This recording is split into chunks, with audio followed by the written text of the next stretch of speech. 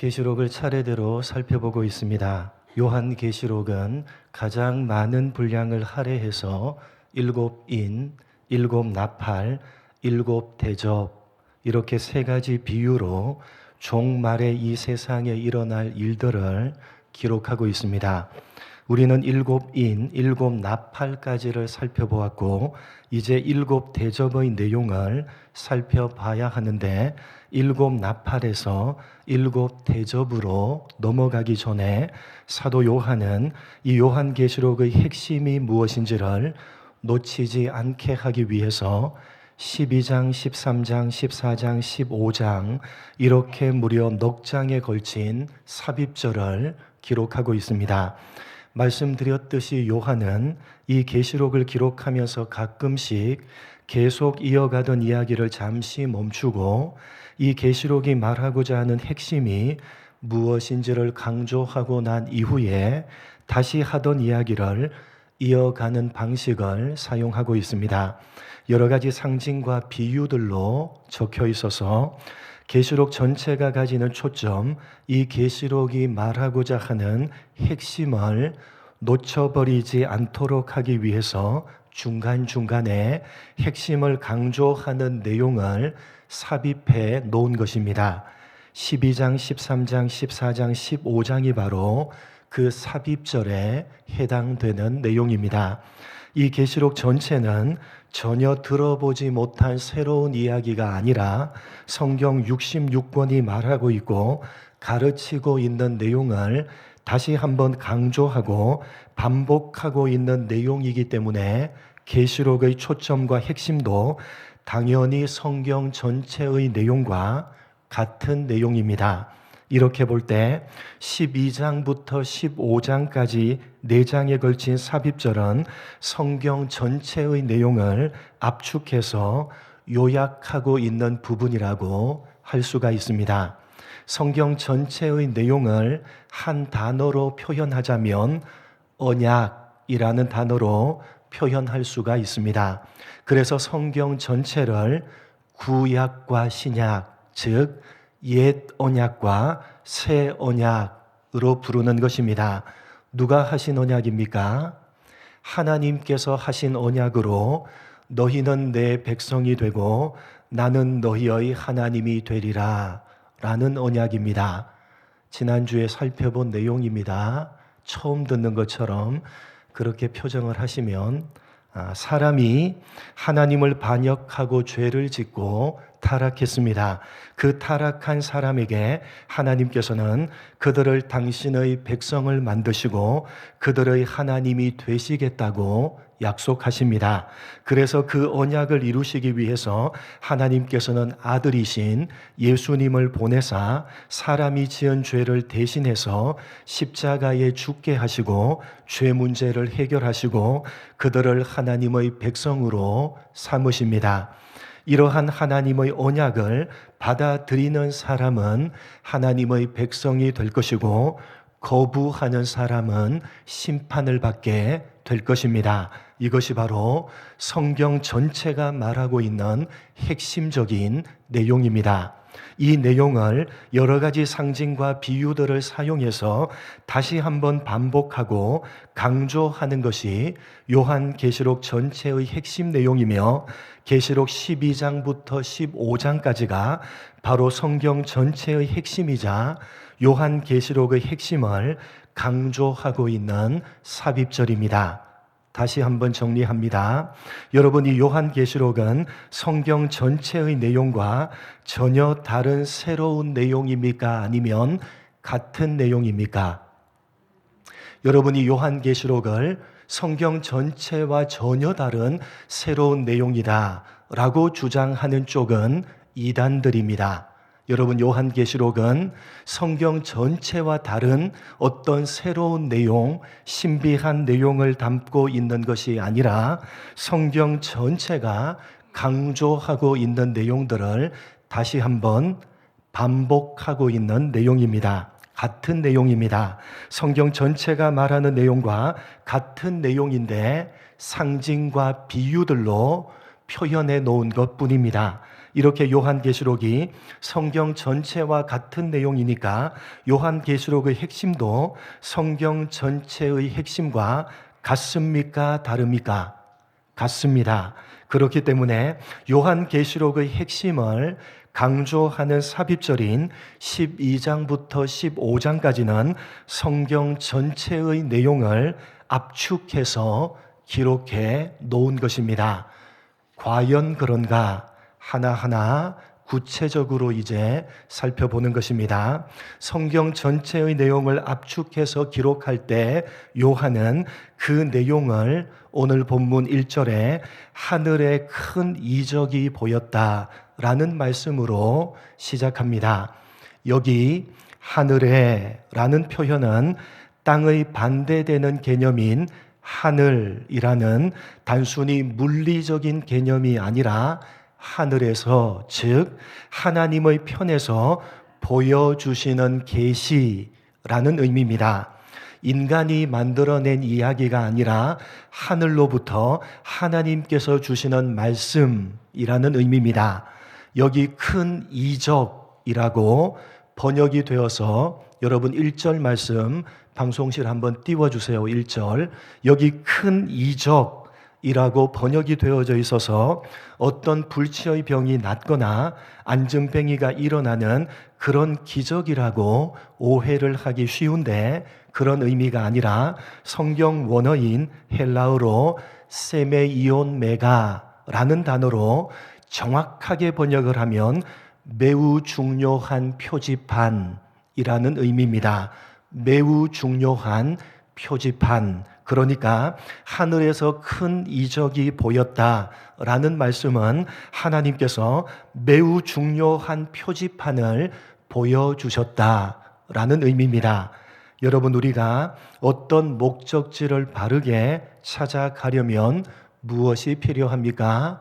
표지판이 필요합니다. 예전에는 도로에 뭐가 있었죠? 뭘 보고 목적지를 찾아갔죠?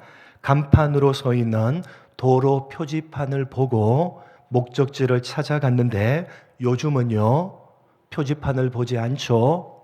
내비게이션이라는 것이 나와서 표지판의 역할을 대신하고 있습니다. 그 표지판을 따라서 갈 때 바른 목적지를 찾아갈 수가 있는 것입니다. 우리 인생도 마찬가지입니다. 어떻게 살아가는 것이 올바른 인생을 살아가는 것이냐, 어떤 목적지를 향해서 가는 것이 가치 있는 인생이냐라는 인생의 표지판이 반드시 필요합니다. 그런 인생의 참된 표지판을 하나님께서 보여주셨다라는 의미가 바로 오늘 본문 1절에 나오는 하늘에서 큰 이적이 보였다라는 말씀입니다. 하나님께서 우리 인생들에게 인생의 올바른 표지판을 보여주셨습니다. 우리 인생이 걸어가야 할 올바른 표지판을 보여주실 수가 있는 분은 오직 하나님 한 분밖에는 없습니다. 왜냐하면 하나님만이 우리 인생을 창조하신 분이기 때문이요, 지금도 역사 세계를 주관하고 계시는 분이기 때문이요, 또 장차 우리 모든 인생들을 평가하실 분이기 때문입니다. 그 하나님께서 우리 인생들에게 인생의 중요한 표지판을 보여주셨습니다. 그 내용이 12장부터 15장까지입니다. 이 전체를 한마디로 압축해서 말하면 인생의 표지판은 뭐죠? 성경 말씀입니다. 자, 그렇다면 과연 하나님께서 보여주시는 인생의 중요한 표지판이 성경 말씀이냐? 12장부터 15장까지가 정말 성경 말씀을 압축하고 있는 내용이냐? 정확하게 그렇습니다. 본문 1절과 2절 말씀을 보시면 누가 등장합니까? 한 여자가 등장합니다. 어떤 모습이라고 되어져 있습니까? 해, 즉 태양을 옷으로 입었습니다. 그 발 아래는 뭐가 있죠?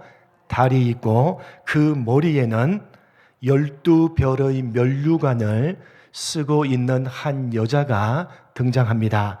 여러분, 이 여자는 도대체 누구를 가리키는 것입니까? 누구를 상징하는 것입니까? 5절을 보시면 이 여자가 아들을 낳았는데 그 아들이 누굽니까? 장차 철장으로 만국을 다스릴 남자입니다. 누굽니까? 찾아보겠습니다. 시편 2편 6절로 9절입니다. 오늘 요한계시록에 한 여자가 등장하는데 이 여자가 아들을 낳게 됩니다. 그 아들이 누구냐? 장차 철장으로 만국을 다스릴 분입니다. 누굽니까? 시편 2편입니다. 시편 2편 6절로 9절 말씀 한번 읽어보겠습니다. 제가 6절, 내가 나의 왕을 내 거룩한 산 시온에 세웠다 하시리로다.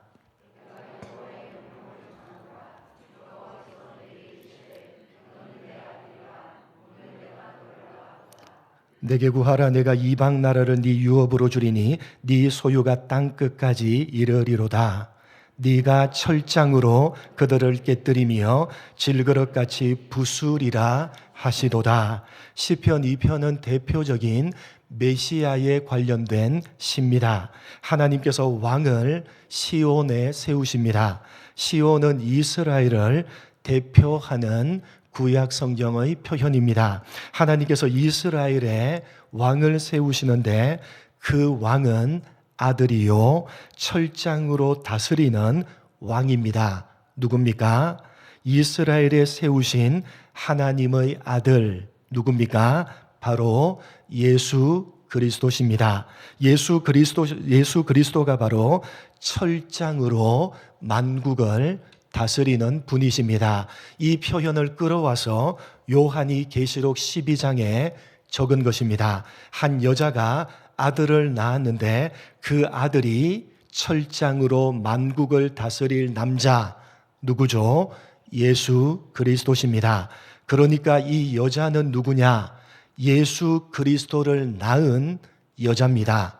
그렇다면 여러분, 예수 그리스도를 낳은 이 여자는 누굽니까? 마리아. 그러면 곤란합니다.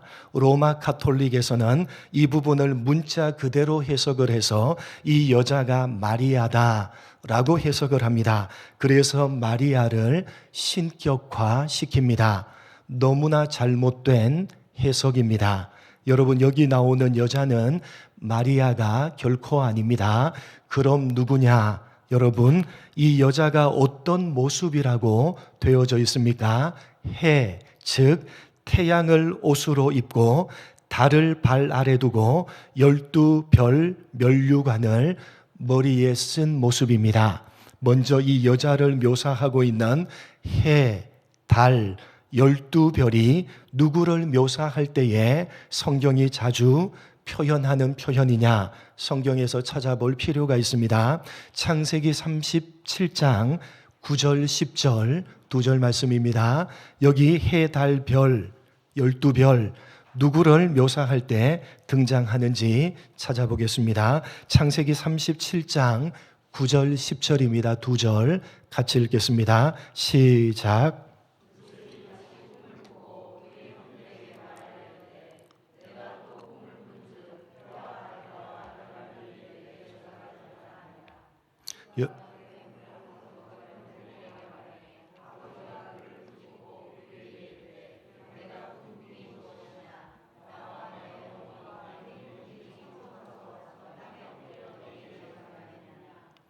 요셉이 두 개의 꿈을 꾸는데 두 번째 꿈의 내용이 9절에서 보듯이 하늘의 해와 달과 11별들이 자기에게 절을 하는 내용이었습니다.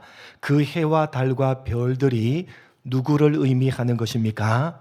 10절을 보시면 그 꿈 이야기를 들은 아버지가 요셉에게 이렇게 말합니다. 나와 네 어머니와 네 형들이 참으로 가서 땅에 엎드려 너에게 절하겠느냐. 해와 달과 별들이 누구를 가리킨다는 것입니까? 야곱과 야곱의 아내 그리고 그의 아들들. 여러분, 왜 11별입니까? 요셉 빼고 11별이니까 합이 몇 개의 별입니까? 12별입니다. 그러니까 야곱과 야곱의 아내 12별들은 야곱의 가족들을 의미하는 것입니다. 여러분, 야곱의 가족들이 누굽니까? 이들이 결국 흉년을 만나서 어디로 내려가죠? 이집트로 내려갑니다. 그 전에 요셉은 형들에게 팔려서 먼저 이집트로 가서 국무총리가 되어 있었고, 야곱의 가족들은 흉년으로 인해서 요셉을 만나서 이집트에 정착해서 살아가게 됩니다. 그러다가 400년이 지나면서 야곱의 가족들은 약 200만 명이라는 대민족을 이루어서 이집트에서 노예 생활을 하다가 모세를 통해서 이집트를 탈출합니다. 출애굽합니다. 여러분, 이들이 누굽니까? 바로 이스라엘 백성들입니다. 그러니까 해와 달과 12별들은 이스라엘 백성들을 표현할 때 성경이 즐겨 사용하는 표현입니다. 한 군데만 더 찾아보겠습니다. 시편 89편 35절로 37절입니다. 시편 89편 35절로 37절. 시편 89편 35절로 37절, 제가 35절, 내가 나의 거룩함으로 한번 맹세하였은즉 다윗에게 거짓말을 하지 아니할 것이라.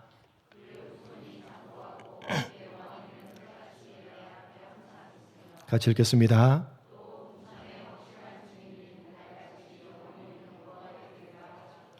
여기서도 해와 달이라는 표현을 사용하고 있는데 누구를 가리킵니까? 다윗의 후손들이 장구할 것이다 라는 의미입니다. 다윗의 후손들을 가리킵니다. 다윗의 후손들 누구죠? 역시 이스라엘 백성들입니다. 그러니까 해와 달과 별들은 야곱의 12아들들로 구성된 이스라엘 백성들을 가리킬 때 성경이 자주 사용하고 있는 표현입니다. 바로 이 표현을 끌어와서 사도 요한이 여자에 대해서 묘사하고 있는 것입니다.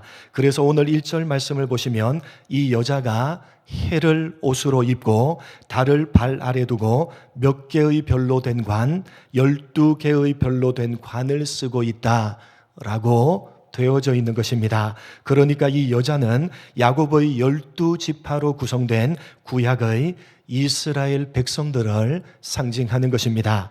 이렇게 여자는 이스라엘 백성들을 상징하는 것이고 그 여자가 낳은 아들은 예수 그리스도를 상징하는 것입니다. 정리하면 오늘 1절과 2절은 이스라엘 백성들이 누구를 낳았다? 예수 그리스도를 낳았다라는 말씀입니다. 가장 성경이 말하는 가장 중요한 내용입니다. 사람이 하나님을 반역하여 죄를 범하고 타락하자 하나님께서 구원자이신 메시아를 보내주겠다고 약속하십니다. 그런데 여러분, 하나님께서 그 메시아를 최초로 약속하실 때 누구로 표현을 합니까? 누구의 후손? 여자의 후손이라고 표현을 합니다. 창세기 3장 15절입니다. 같이 읽겠습니다. 창세기 3장 15절 같이 읽겠습니다. 시작.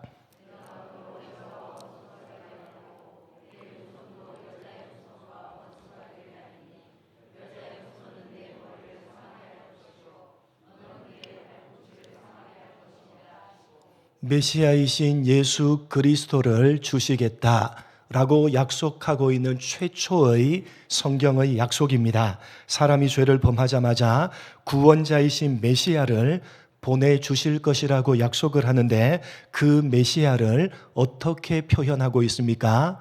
여자의 후손이라고 표현합니다. 그래서 성경 전체는 한마디로 말하면 하나님께서 약속하신 메시아이신 여자의 후손을 보내주시는 이야기입니다. 어떤 혈통을 통해서 보내주십니까? 야곱의 12지파로 이루어진 이스라엘 백성들의 혈통을 통해서 보내주시는 것입니다. 아브라함과 이삭과 야곱으로 이어지는 이스라엘의 혈통을 따라서 메시아이신 예수님이 탄생하시는 것입니다. 그러니까 오늘 본문의 말씀은 성경의 가장 중요한 핵심 내용인 메시아이신 예수님의 탄생에 대한 설명인 것입니다. 창세기 3장 15절에 약속하신 메시아, 여자의 후손으로 오시는 분이 약속대로 하나님께서 택하신 여자, 야곱의 12지파 이스라엘의 혈통을 따라서 탄생하셨다고 말씀하고 있는 것입니다. 사랑하는 성도 여러분, 하나님께서 약속하신 말씀대로 여자의 후손인 예수 그리스도께서 택하신 여자, 야곱의 12지파인 이스라엘의 혈통을 따라서 말씀하신 대로 정확하게 오셨습니다. 수천 년이라는 시간 동안에 수많은 우여곡절이 있었지만 하나님께서 약속하신 말씀을 단 한치의 오차도 없이 정확하게 이루셨습니다. 여러분, 이것은 오늘날에도 마찬가지입니다. 하나님의 말씀은 단 한치의 오차도 없이 정확하게 이루어지는 것입니다. 비록 때로는 시간이 필요하기도 하고 때로는 여러 가지 우여곡절을 겪기도 하지만 결국에는 하나님의 말씀대로 이루어진다는 사실을 믿으시기 바랍니다. 여자의 후손인 메시아를 보내주겠다는 하나님의 말씀이 이루어지기 위해서는 수천 년이라는 시간이 필요했습니다. 그 수천 년 동안 헤아릴 수가 없는 많은 우여곡절들이 필요했습니다. 그러나 결국은 하나님은 당신이 정하신 때에 정확하게 말씀대로 이루셨습니다. 그래서 이 하나님의 말씀, 성경 말씀이야말로 우리 인생들이 살아가는 인생의 참된 목적지와 참된 길을 보여주는 표지판이라고 할 수가 있는 것입니다. 왜냐하면 하나님께서 결국에는 이 세상도 우리 인생도 당신이 성경에 하신 말씀대로 이루어 가실 것이기 때문입니다. 사랑하는 성도 여러분, 이 성경 66권 말씀은 우리 인생과 삶에 있어서 유일한 기준이요, 유일한 법칙이라는 사실을 잊어버리지 마시기 바랍니다. 이 성경 말씀이 안내하는 대로만 살아간다면 결코 우리의 인생은 실패하지 않을 것입니다. 때로는 기다리는 인내가 필요하기도 할 것이고 때로는 여러 가지 어려움을 겪기도 하겠지만 말씀을 따라서 살아가는 삶이야말로 의미가 있고 가치가 있는 인생이 될 것이며 후회함이 없는 인생이 될 것입니다. 여러분은 지금 어떤 목표를 향해서 달려가고 계십니까? 도대체 지금 여러분은 어떤 표지판, 어떤 안내판을 따라서 살아가고 계십니까? 여러분, 하나님께서 우리 모두에게 참된 인생의 표지판을 보여주셨고 그 안내판을 우리들의 손에 우리가 알 수 있는 언어로 기록해서 들려주셨습니다. 여러분, 그 안내판이 안내하는 길은 마냥 쉬운 길이 아닐 것입니다. 근심과 걱정이 전혀 없는 마냥 즐거운 길이 결코 아닐 것입니다. 이 요한계시록을 편지로 직접 받아봤던 1세기 당시에 예수를 믿었던 사람들처럼 말입니다. 때로는 어려움이 있고 때로는 아픔이 있는 길입니다. 그러나 가장 의미가 있는 길이요, 가장 가치가 있는 길이며 가장 후회함이 없는 인생의 길인 것입니다. 이 인생의 표지판을 굳게 붙드시기 바랍니다. 그것이 종말의 때를 제대로 살아가는 것입니다.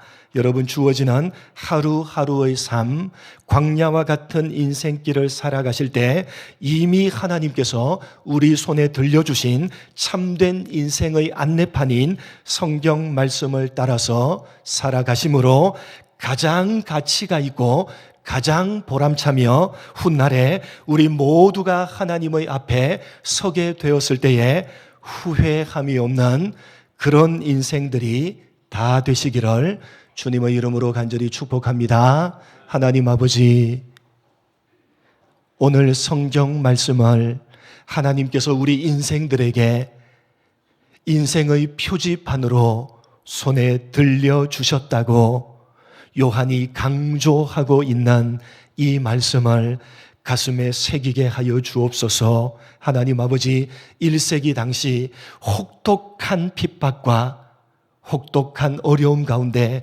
처해 있던 1세기 당시 예수를 믿는 성도들에게 너희들에게는 이미 하나님께서 인생의 안내판, 참된 인생의 표지판을 보여주셨고 너희 손에 들려주셨다고 외치면서 그 표지판을 따라서 때로는 힘든 길이요, 때로는 어려운 길이지만 그 참된 인생의 표지판을 따라서 살아가라고, 그것이야말로 가장 가치가 있으며 가장 보람이 있으며 훗날에 우리 모두가 하나님 앞에 섰을 때에 후회함이 없는 그런 인생의 길이라고 외치고 있는 이 사도 요한의 외침을 오늘 세미한 음성으로 들으며 가슴에 새기는 우리 모두가 될 수 있도록 은혜 베풀어 주옵소서. 하나님이 광야와 같은 인생길, 이 종말의 때를